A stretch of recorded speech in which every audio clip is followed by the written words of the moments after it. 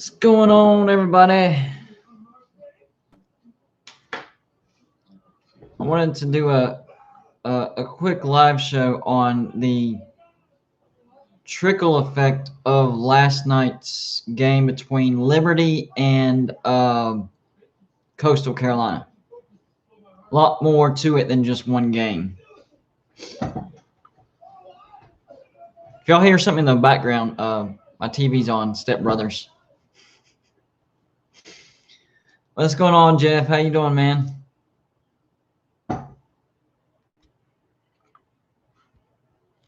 Hopefully everybody's year is at least ending a little bit normal. We've had a weird year, but hopefully the ending will be, as normal as possible. And then the new year, put 2020 behind us.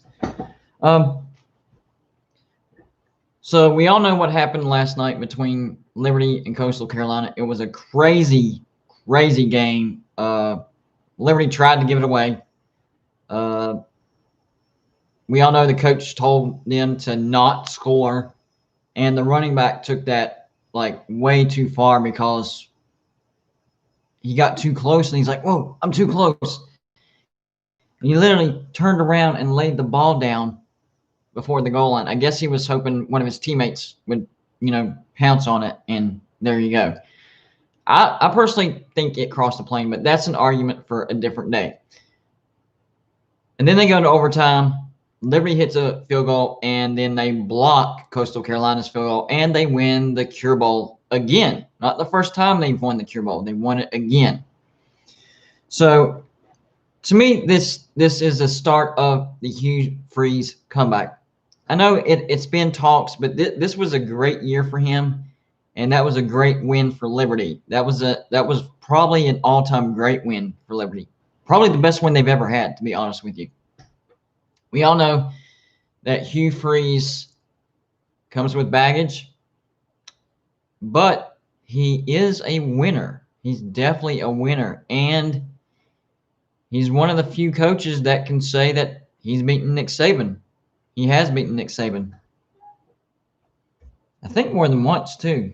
Sorry about the mic. If I'm not mistaken, I think Hugh Freeze has beaten Nick Saban twice.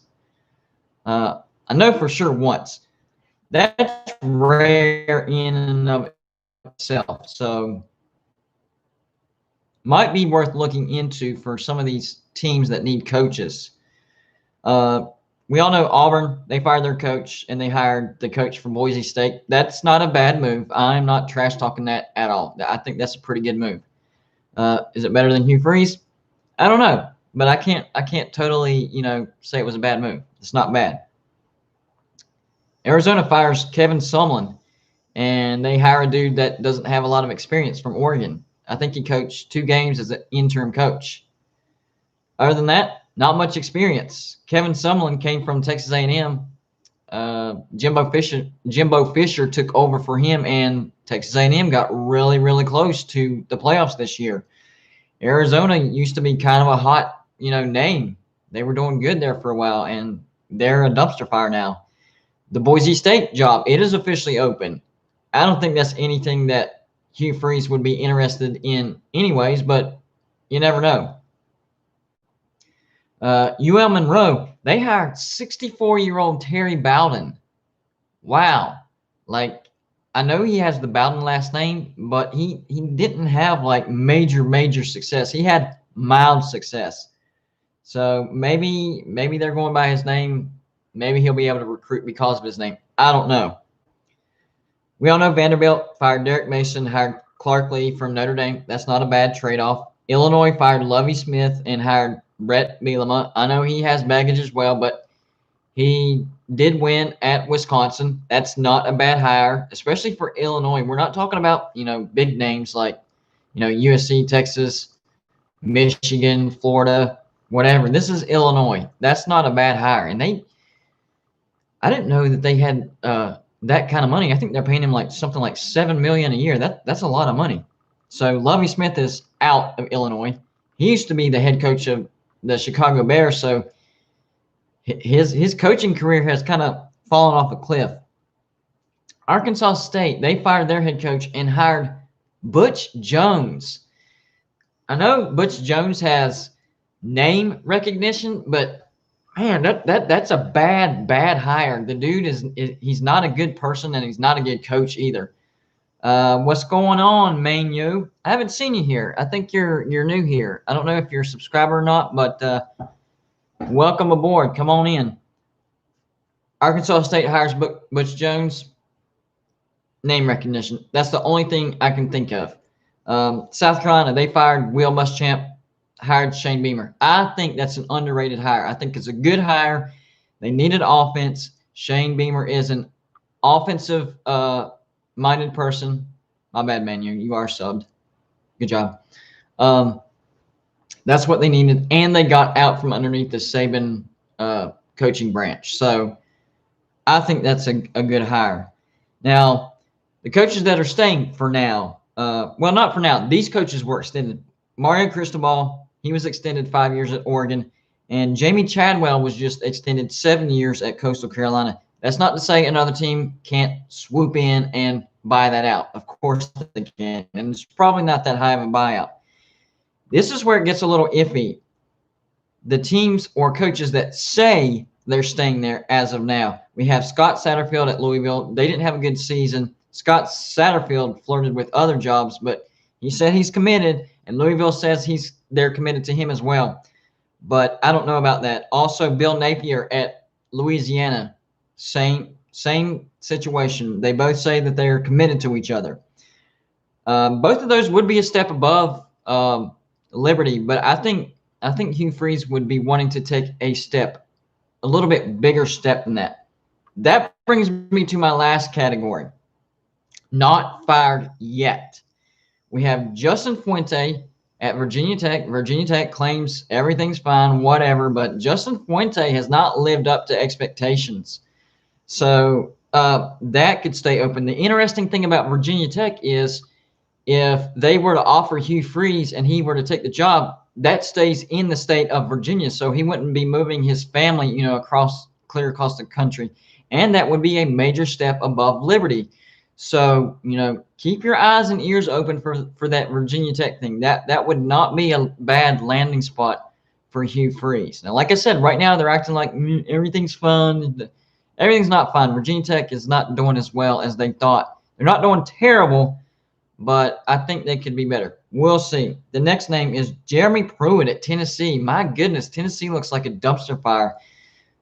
It looked like he was starting to turn things around. Not so much anymore. And the fans definitely want to get rid of Tennessee. How bad does it look now that they ran, what's the guy, Greg Schiano out of Tennessee? They said they didn't want anything to do with him. Greg Schiano is a good coach.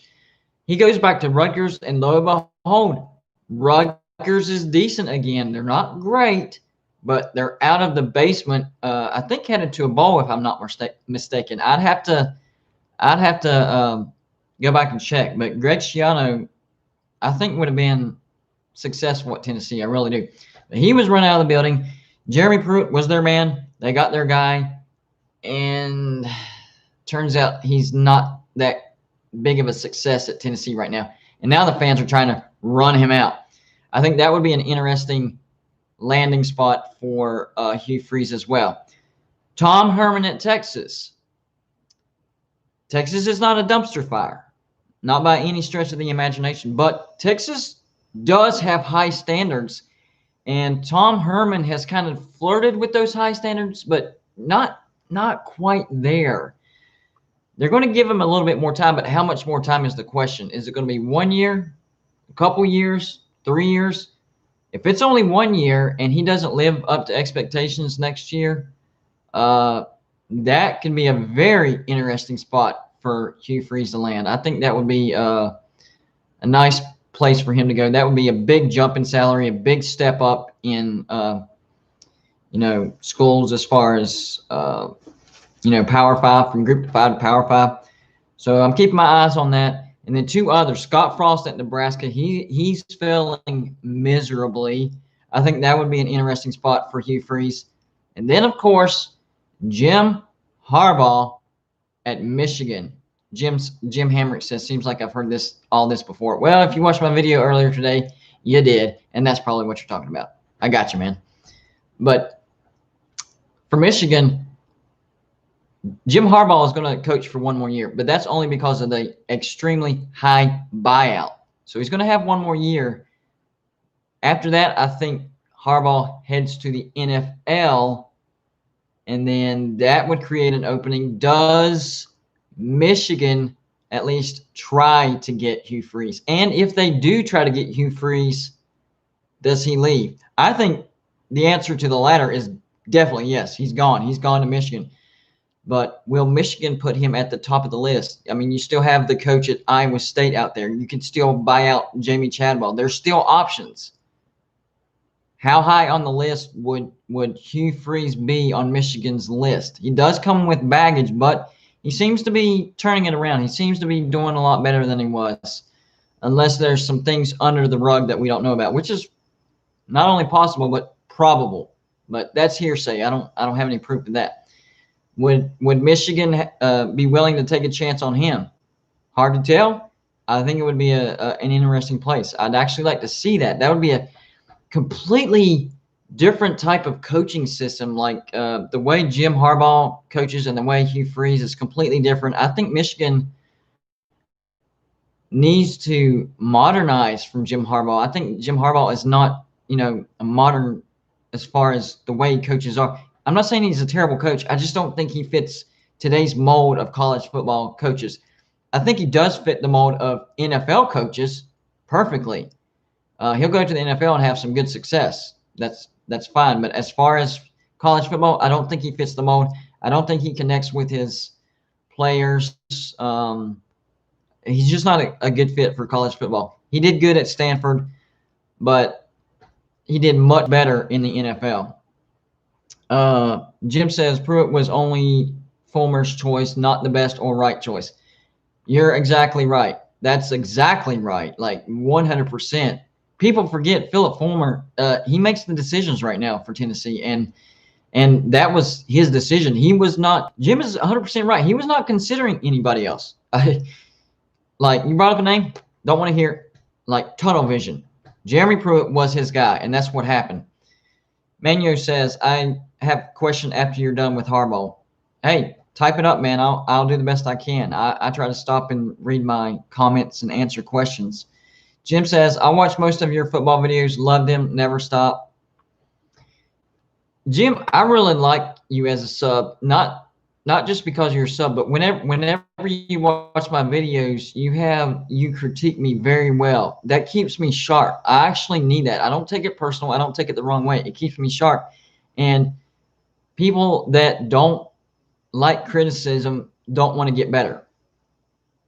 That's the real thing. If you don't like criticism, you don't want to get better. You have to take criticism and look at it, accept it, and try to get better from it. So I personally wanted to see that, Jim. I appreciate your criticism, and I really do think it's helped me become a better YouTuber, because you point out some things that either I miss, I didn't say right, I was flat out wrong, or I need to get better at. So yeah, I definitely appreciate that. I just wanted you to know that. I don't think I've told you that before.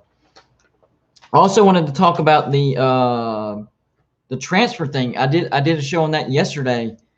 Before I do that, Manuel Brown, Western Kentucky offensive coordinator Brian Ellis is gone. What is the next step? And also Marshall Doc Holliday. I'm not sure about Western Kentucky. I heard some rumors about Doc Holliday. I think he was resigning or stepping down. But for Marshall, man, I'd really have to do some research on that. I don't think Hugh Freeze would go to Marshall. It is a step up from Liberty, but I don't think it's the big step that he's looking for. So Marshall would probably try to go out and get a good offensive coordinator from Power 5. That's not a bad video idea. I'm going to look into that and see who would be a good offensive coordinator transition into a head coach for Marshall. That's good. Transfer portal, very, very, very active and really interesting. Not a lot of people are talking about this one. McKenzie Milton. The reason they're not talking about him is because he got injured. He hasn't played football for 2 years. He broke his leg. It was gruesome, a gruesome injury. He hasn't played college football in 2 years. He transferred from UCF. I think he was their quarterback when they went undefeated, beat Auburn, and claimed that national championship. I think if I'm not mistaken. So he transfers to Florida State. So Mike Norvell gets a pretty good transfer in McKenzie Milton. So it'll be interesting to see if Florida State's offense gets a little bit better. Florida State actually recruits pretty decent. They always have, and they probably always will. It's they can't put it together, especially on both sides of the ball. Maybe McKenzie Milton can give them, experience and leadership. When he was at UCF, he was a dual threat quarterback. After a broken leg and surgery and all that, I highly doubt that he's a dual threat. And if so, very, very limited. So we'll have to see about that. Man U. Am I saying that? Is it Man Yo or Man U? Like type in your name with signs and symbols, because I need to know how to pronounce your name. It's either Man U or Man Yo. Do you also do MBB? You're talking about MLB, like Major League Baseball? I'm not sure what MBB is. I pretty much do college football and college basketball. It's rolling around too, which the new top 25 is going to be out tomorrow, I believe. Man U. Gotcha. That's actually pretty good. I like that. No men's basketball. Oh, men's basketball. Yeah, college basketball. Yes, I do that. I've put out a few videos, but bowl week has kind of got me distracted from that. So once that settles down, I'll get back to college basketball. Tomorrow, I will definitely put out a college basketball video because the top 25 comes out on Mondays for that. So yeah, keep your eyes open for that. I'll definitely do one for I'll do that every Monday for sure, like I did for college football. Their top 25 came out on Sundays, so I put a video reaction out on that. So for college basketball, I do that for Mondays because that's when their top 25 comes out. So yes, I'm going to do that tomorrow. Manu says, what do you think the next big bowl is? I like the Cheez-It Bowl. I think that's a big bowl between Miami and Oklahoma State. So far, I kind of bypassed all the crappy little bowls, and I started my bowl predictions this past week. So far, I'm 2-1. I missed the Western Kentucky Georgia State. I thought Western Kentucky's defense would win in the ball game. Missed that, but the other two, I picked Liberty over Coastal Carolina, and I've already given the criteria. I'll say it again. They like the underdog role. They weren't comfortable being the favorite. Too long of a layoff. They didn't play their conference championship. And too much pressure being the first ever Sun Belt Conference member to finish a season undefeated. That's never happened before. So that's why I picked Liberty. And Liberty is a really good team. I still think Coastal is the better team. But with all those intangibles coming together and Liberty being a good team, I was sure that Liberty was going to win that game. And Vandy Dandy, one of my subscribers, he actually bet on that game, and he won, I believe, over $1,200. So I'm pretty happy about that. And no, I don't ask for a cut. I try to help you guys out, and y'all do whatever you want with the money. Manu says, what do you think that – oh, I already read that. Manu says, I'm a Western Kentucky fan, but they have a crappy season. Oh, man, right when I was saying I missed the Western Kentucky Bowl. Yes, that is some very good timing right there. I picked Western Kentucky to beat Georgia State because they have a much better defense than Georgia State. But it turns out not good enough to stop Georgia State's offense, and that was the difference. So I missed that one. Got Liberty over Coastal Carolina and Louisiana over UTSA. But I always pick against the spread. So with the Louisiana versus UTSA, I believe Louisiana was a 9.5-point favorite. And I said, take the points because UTSA had McCormick, that running back, who's had over 1,300 yards this season. Louisiana won, but they won in a close game. They won by 7 points. So if you would have taken UTSA and the points, you'd have won some more money. The next two bowls in this particular slate, I have Miami over Oklahoma State because Oklahoma State's offense is anemic. They have an extraordinary defense. Don't get me wrong, top 10 definitely, but they don't have a good offense. Miami has a great offense and a good enough defense. I think the gap between offenses is why Miami will beat Oklahoma State. So I have Miami over Oklahoma State, and then I took Texas lay the 9.5. It was 9.5 at the time against Colorado. Colorado is not good on offense, and they're not good on defense. I believe if they would have played USC, that they would have lost anyways. But USC still represented the Pac-12 South, even though they didn't play. Colorado's strength is their offense, but it's still not that good. Their quarterback is, I think he throws for like 53, 54%. It's not good at all. So I'm very comfortable in taking Texas and laying 9.5 points. I would lay the points all the way up to 2 touchdowns. That's how comfortable I am with Texas over Colorado. Now, if the spread got touchdowns, that's when I would think twice. But 2 touchdowns and under, lay the points, don't sweat it. So those are the 2 last games of my first slate of picks. After that, I'll go to the next section. And, of course, I'm going to pick the New Year's Six Bowls. I just want to do it in sections so it's not all, bunched up. So my first section will be over on Tuesday, the 29th, because we'll have the Cheez-It Bowl. I believe that will be the last one. Might be the Alamo, not sure. Then that will be out of the way. We'll move on to the next slate. Jeff says, yo, Golden Blue Dude, when you're free, want to play Warzone. Yeah. Just shoot me up a message. Twitter. The best way to contact me is on Twitter. If you're not talking to me on the live show through text, go to Twitter. It's still Golden Blue Dude, and that's the best way to contact me. I'll answer, and you want to play Warzone, we'll figure it out, man. I don't have the greatest of internet, so I don't know how that's going to go though. Manu says they do, but Piggy T got his first interception. That is a very interesting name. That is cool. Yeah. No, I think I heard something about that story. That was actually a big deal. Manu says, what do you think about UK men's basketball? Oh my gosh, they are. It's not good. This is one of the worst Kentucky teams I've seen in a while. Not as far as skill, but production. They look bad. They're either 1 or 2 wins. I think that's it. They fell in the top 25 fast. Jim says, do you remember the start of this COVID season when the NCAA said everybody could have an extra year of eligibility? Can't spell that word. You just missed one eye. You're good. Is that still in play? Yes, it is. And that's why, and I was getting to that, that's why De'Aaron King is coming back to Miami. And Charlie Brewer transferred to Utah. I think it will be Charlie's 6th year and De'Aaron King's 5th or 6th year.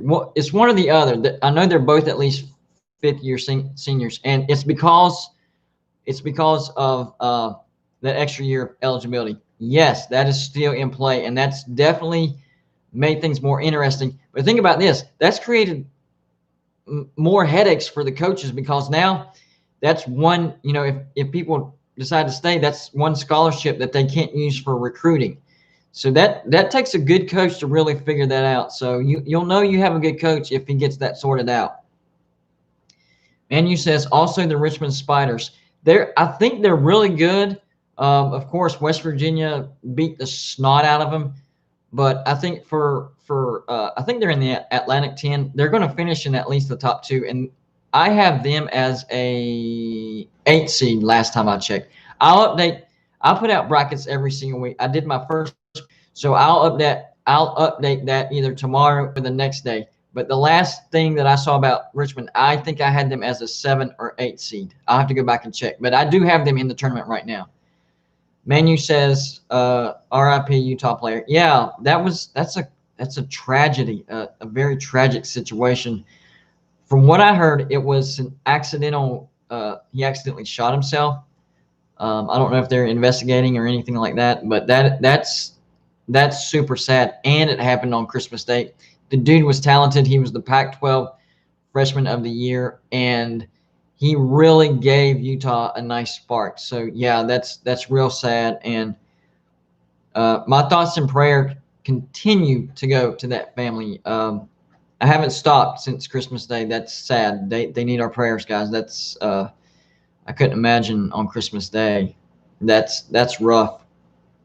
So, hey, by the way, anybody watching, if you're not a subscriber, hit the subscribe button. We do stuff like this almost every day. I put videos out every day, and I do live shows almost every day. So I'm very active.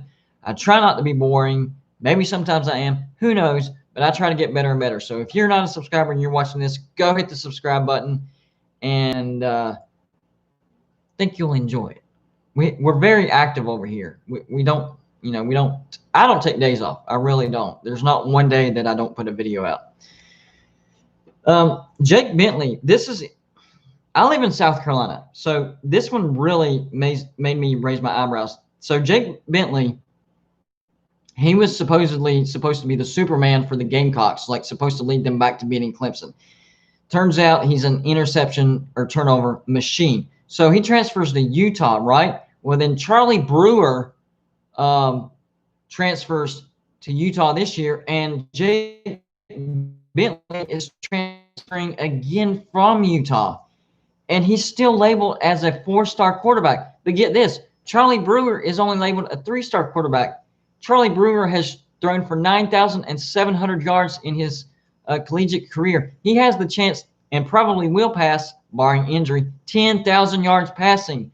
One of my subscribers let me know that that's only second all-time to RG3. That's crazy. How does he only have 3 stars? I don't understand that. And then Jake Bentley has 4 stars? I don't think so. And also, Hendon Hooker's out there in the transfer portal. He's from Virginia Tech. He's a 4-star. He's a very legitimate dual-threat quarterback. So I'm going to be looking at, well, not really Jake Bentley, but definitely Hendon Hooker for Virginia Tech, and Jake Cohn for Wisconsin. This dude, he's only rated a 3-star, but he throws for 68% completion rating. That's, to give you a perspective, that's pretty close to Trevor Lawrence. Of course, the yards nowhere close, TDs, all that stuff, but 23 touchdowns to 8 interceptions, 68%. That's a good get. So people that are looking for quarterbacks, you need to be looking at Hendon Hooker and Jack Cohn. He's from Wisconsin. Those are some big names. If you're looking for a running back, look at TJ Pledger. The 4-star running back out of Oklahoma is transferring. For his career, he's averaged 5.1 yards a carry. That is really, really good. So, yeah, teams that need a running back, you need to take a look at TJ Pledger. And West Virginia, our coach, head coach Neil Brown, is proving our previous coach, Dana Holgerson, to be a straight-up liar. So get this. I don't know if everybody knows this story. Get this, guys. Before Dana Holgerson left, number one, he asked for a raise. What? Mediocrity, and you asked for a raise. Number two, on his way out, he said West Virginia is a wasteland, that you cannot recruit at West Virginia. Okay, fine, whatever. So he's out the door. He goes to Houston, gets a raise at Houston, the one that he asked for at West Virginia. We said, He goes to Houston, gets that raise. How's Houston looking? Not very good. Lost De'Aaron King. Got blown out by Hawaii in a bowl game.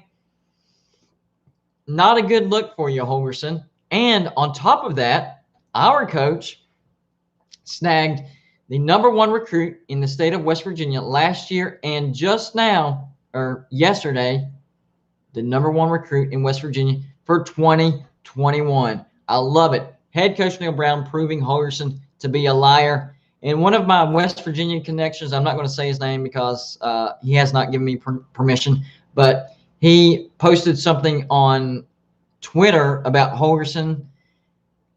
Holgerson got his account banned. I don't know for how long. It might be a day, might be a week, but he got insulted. What he put out there was true, but this is a true story. My friend put something out that was true. Holgerson didn't like it, got his Twitter account banned for the time being. That's how much of a crybaby and a liar Dana Holgerson is. Good luck, Houston. That guy's a nut job, and he's off his rocker. That's all I can say. He's crazy. I try not to talk bad about people, but my goodness, he's unhinged. That's the best thing that I can. That's the best way I can put it. Manu says, "I'm a new subscriber. Do you have a day job?" I do have a day job for now until I get the monetization going. I've never been asked that. That's very good. Very good. That's a first. I do have a day job for now. W highlights. What do you think about the guy from Virginia Tech? You knew what I was thinking. Transferring to WVU. I'm going to get to that in just a second. Jim says stars are based on your high school career, not your college career. No, that yes and no, but they show the stars from high school and they show stars for T, which stands for transfer. So they do update the stars. They list the stars that were listed when he was recruited, and then they list the stars of when he's transferring. Manu says Western Kentucky football got a new offensive coordinator, the old Houston Baptist offensive coordinator, the guy who coached Patrick Mahomes. Yes, and they just about beat Texas Tech this past season, and that would have been a huge win. That's a good move. I like that. I like that. W highlights. I think he deserved the raise because he did lead us to multiple bowl games. He might be on crack, but he's mediocre. Did not deserve a raise. Sorry. Nothing. I mean, that first Orange Bowl was a New Year's Six, but that wasn't really his team. He wasn't a good recruiter. He could get transfers in, but if you watched a West Virginia team, we came out strong and we always fizzled out because he didn't recruit for depth and he didn't recruit for the line of scrimmage. In other words, the offensive line or the defensive line. He was good at getting, Will Grier, a very good transfer quarterback, receivers, running backs, skill positions. He was pretty decent at that, especially receivers. But the line of scrimmage, which is where you win and lose football games, especially the longer the season goes on, that's where he failed. And that's where Neil Brown is starting to exceed. The wins for this year for West Virginia should have been higher, but we kind of shot ourselves in the foot. W highlights, Houston would get dropped by West Virginia. Oh, they would get hammered. I mean, it would not. Yes, that is correct. Now back to W highlights. What do you think about the guy from Virginia Tech transferring to West Virginia? It's awesome. That's a great transfer. Out of high school, he was rated either 4 or 5 stars. Right now, he's rated 4 stars for transferring. He was highly recruited, All-American, and to go along with him, Virginia Tech's center, I think is a 3-star, is now in the transfer portal. So if we could get him, maybe we could get that guy as well and add some depth to the offensive line, and that would be great. We have Wyatt Millen coming in. So West Virginia, we're going to be strong at the offensive line. And it'll be interesting to see if Dante and Darius take advantage of that extra year of eligibility and give us a stout defensive line. So, yeah, we'll see how it goes. I'm gonna get on here and talk about Hugh Freeze, see where he could land, transfer portal, good stuff like that. I'll be putting out a video on college basketball tomorrow, definitely, and we'll see about college football, what's going on. So if you're not a subscriber, hit the subscribe button. Videos coming at you every single day. Bye for now. We'll see you next time.